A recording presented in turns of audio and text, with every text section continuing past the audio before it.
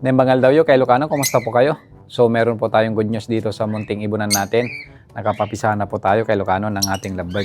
Ito po yung Project Lutino Opaline natin kay Ilocano. Nandyan po yung lalaki natin, si Kak. Yung hen naman natin is si Lutino kay Ilocano. Yan. So meron na silang isang sisiw. Yan yung hen natin. Ito po yung Project Lutino Opaline natin. Sana makapagpalabas tayo kay Ilocano. So silipin lang natin kay Ilocano. At yun nga kay Ilocano, meron na ngang isang sisiw. So yung dalawang itlog niya kay Ilocano, fertile po yan. Bali 3 po yung fertile dyan. So hopefully makapagpalabas tayo ng Lutino Opaline. Kasi yun yung gusto nating palabasin dito sa pair natin na ito. So papalitan natin yung patukan natin kay Ilocano. Maglalagay na ulit tayo ng oat growth at saka canary. Tanggalin muna natin yung African mix para hindi po matunawan yung sisiw nila. So ito yung ipapatukan natin kay Ilocano. Oat growth saka canary na meron pong chick booster, yung pangmanok. So ito lang muna yung ibibigay natin na patuka hanggang kahit 2 linggo lang kay Ilocano para hindi po matunawan yung sisiw. So ilalagay lang natin tong pagkain nila kay Ilocano kasi meron na akong experience kay Ilocano sa aking mga kakatel. Meron silang inakay pero nagbigay ako ng kay Ilocano, African mix. Hindi po natunawan yung sisiw. Kaya ganito rin yung gagawin natin dito sa natin, sa ating lovebird natin.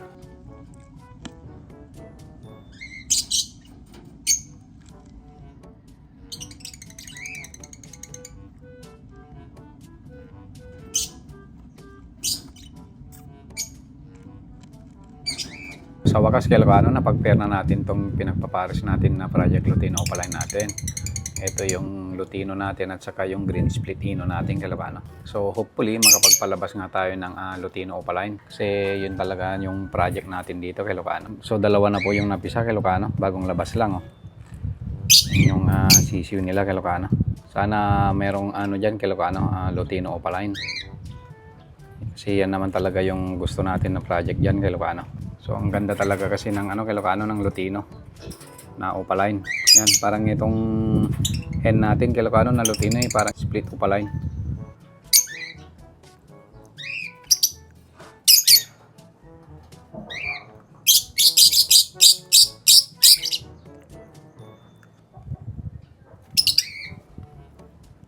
So yun kay Ilocano, maraming salamat sa panonood. Ito lamang po yung update dito sa Project Lutino Opaline natin. Ingat po tayong lahat.